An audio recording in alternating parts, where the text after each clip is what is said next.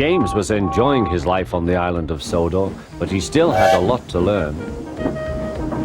"You're a special mixed traffic engine," said Sir Topham Hatt. "You can pull coaches or freight cars quite easily, but you must learn by your mistakes." James knew what Sir Topham Hatt meant.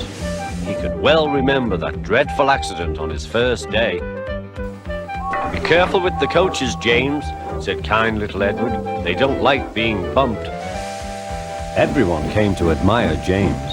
"I'm a really splendid engine," he thought, and suddenly let off steam. A shower of water fell on Sir Topham's nice new top hat. Just then the conductor blew his whistle and James thought they had better go.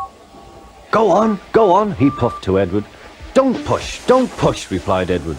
The coaches were grumbling too. Don't go so fast! But James didn't listen.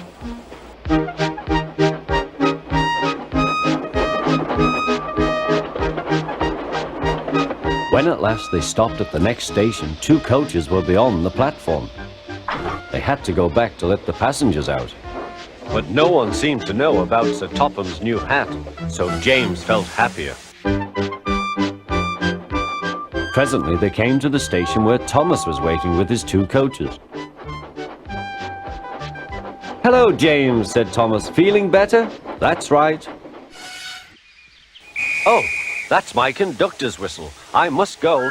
I don't know what Sir Topham Hatt would do without me to run this branch line." And he puffed off importantly. Edward and James passed the field where James had had his accident. The fence was mended and the cows were back again.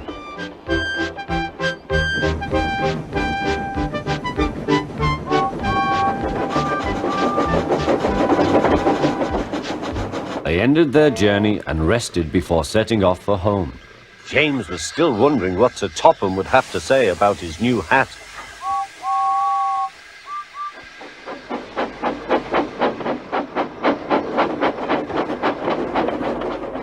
Next morning, he spoke severely to James. "If you can't behave, I shall take away your red coat and have you painted blue." James didn't like that at all.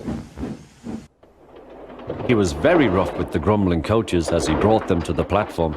"Don't talk, come on," he called to them. "Gordon never has to fetch his own coaches," he thought to himself, "and he's only painted blue." To make James even more cross, this time no one came near him. "I'll show them," he thought. "They think Gordon is the only engine who can pull coaches."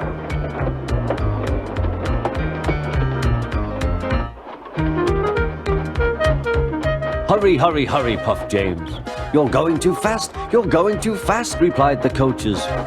James laughed and tried to go faster, but the coaches wouldn't let him. "We're going to stop," they said. "We're going to stop."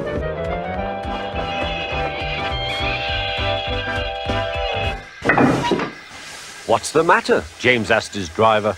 "The brakes are hard on. Leak in the pipe, most likely. You've banged the coaches enough to make a leak in anything." "How shall we mend it?" said the conductor. "We'll do it with newspaper and a leather bootlace," replied the driver. "Well, where is the bootlace coming from?" asked the conductor. "Ask the passengers," said the driver.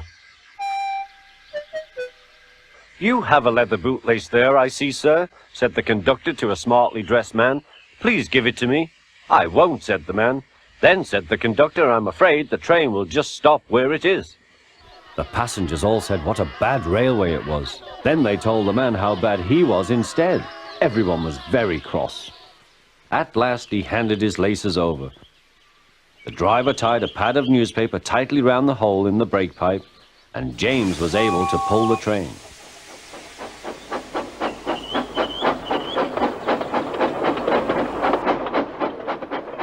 But he was a sadder and wiser James, and took care never to bump coaches again.